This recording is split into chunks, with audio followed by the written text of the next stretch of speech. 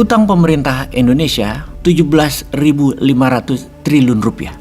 Bukannya kalau di berita-berita hutang negara hanya 7.600 triliun rupiah ya? Bagaimana sih ini ngitungnya? Sahabat, kalimat di awal ini mungkin terlihat provokatif. Dan benar, memang provokatif. Namun tujuannya bukan untuk menyalahkan, tetapi mengingatkan dan memberikan solusinya. Kita pasti semua setuju jika pengelolaan keuangan negara dikelola secara serampangan dengan utang yang besar. Bakal jadi beban dan bom waktu yang akan meletus menjadi krisis maha dahsyat melebihi Krismon di tahun 9798. Namun mengapa dari sisi berita atau narasi yang dibangun oleh pejabat negara adalah hutang Indonesia hanya 7.600 triliun rupiah. Yang angka itu berkesan masih jauh dari batas dibanding dengan PDB yang senilai 16.000 triliun rupiah. Orang awam mungkin membenarkan bahwa hutang tersebut hanya 48% dari PDB, di mana batas pejabat tidak di-impeach atau tidak digulingkan oleh sistem konstitusi. Kelolaan hutang negara harus selalu di bawah batas aman, katakanlah di bawah 60% dari PDB nasional. Jadi bagaimana cara amannya agar kalau Bosman nih menjadi pejabat tertinggi, agar aman, tidak di-impeach, tidak digulingkan dengan konstitusi, dengan kelolaan negara berhutang yang besar? Maka keuangan APBN itu ada yang dicatat dan ada yang tidak dicatat, alias ada yang tidak dipublikasikan.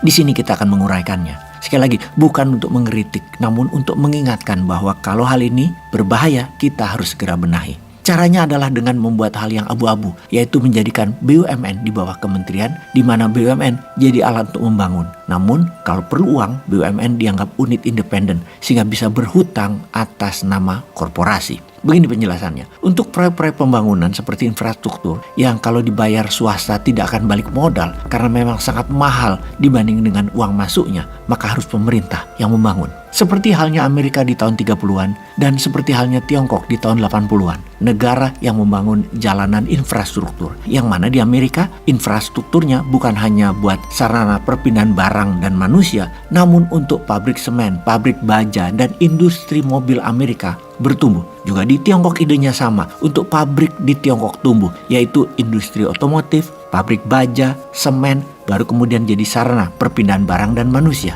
Dimodalinya, Amerika di tahun 30-an pakai dolar dan Tiongkok di tahun 80-an pakai renminbi. Siapa yang mau ngutangin Amerika di tahun 30-an? Atau siapa juga yang mau ngutangin Tiongkok di tahun 80-an?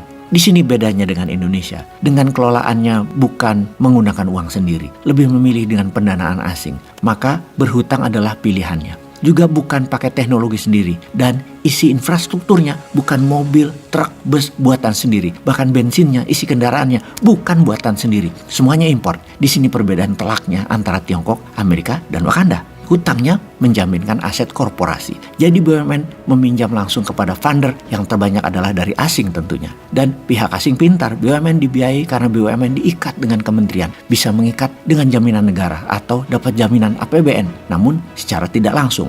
Hanya kalau gagal alias one prestasi, APBN yang membayari. Jadi dari sisi funder aman membiayai BUMN. Jadilah pinjaman BUMN selama ini meningkat menjadi 6.000 triliun. Hebatnya angka ini tidak tertulis di APBN karena masih diumpetin di pembukuan BUMN. Hanya kalau pas bleeding atau berdarah-darah saja BUMN minta induknya APBN triliunan rupiah. Yang seharusnya kalau benar BUMN ia nggak disubsidi. Sayangnya BUMN adalah sapi perah, bukan korporasi profit untuk rakyat dan negara. Disinilah BUMN memainkan perannya, mengcover proyek dengan pinjaman berlandaskan aset BUMN. Inilah mengapa BUMN banyak yang rugi. Selain proyeknya memang bukan strategis ekonomis, namun lebih ke proyek non-ekonomis. Yang berikutnya adalah harganya BUMN itu super mahal karena semua orang penting BUMN itu mainin uang dan mencekik subkontraktor dengan terlambat bayar sampai tahunan. Jadi BUMN lah yang bagi-bagi kue korupsi tersebut ke sesama orang dalam. Ini semua rahasia umum, semua orang tahu. Hanya tinggal nunggu berita kapan dan siapa yang tertangkap korupsi. Toh korupsi di Wakanda ini tidak ada penyitaan aset, tidak dihukum mati. Biasa itu hukum korupsi itu. Jadi kembali ke masalah utang negara. Saat ini angka real utang pemerintah Indonesia adalah 17.500 triliun. Dan berikut uraian lengkapnya. Jumlah tersebut kita tahu melebihi PDB Indonesia yang jumlahnya 16.000 triliun rupiah. Ada dua komponen perhitungan utang di luar utang pembiayaan APBN yang belum dihitung dalam struktur komponen utang pemerintah, yaitu satu contingency debt yang merupakan utang yang menjadi tanggung jawab negara seperti utang BUMN. Jumlah utang BUMN saat ini hampir mencapai 6.000 triliun. Dua adalah utang dana pensiun yang saat ini masih menggunakan metode beban langsung di APBN, padahal secara aktuaria dana pensiun ini harus dibuatkan pencadangan khusus sebagai beban biaya pensiun untuk ASN, TNI, dan Polri. Perkiraan jumlah beban utang pensiun mencapai 4.500 triliun rupiah. Dua item di atas tidak pernah masuk dalam perhitungan neraca keuangan negara, padahal secara best practice di seluruh dunia saat menghitung neraca keuangan negara itu masuk dalam perhitungan government debt. Disinilah hebatnya rakyat Wakanda yang tidak peduli dengan keuangan negara, yang penting dapat drama dan hiburan di sinetron sudah senang. Nggak penting itu mikirin utang negara. Jadi kalau poin utang pembiayaan untuk APBN, contingency debt dan utang dana pensiun dihitung, semua masuk dalam neraca keuangan negara, maka total utang kita mencapai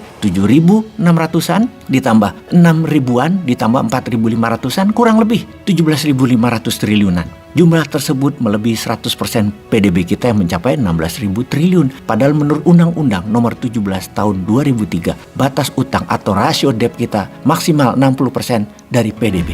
Wah, sudah kebablasan ya jumlahnya harusnya. Tapi aman, tidak tercatat di APBN. Tetap dukung dengan semangat. Peace.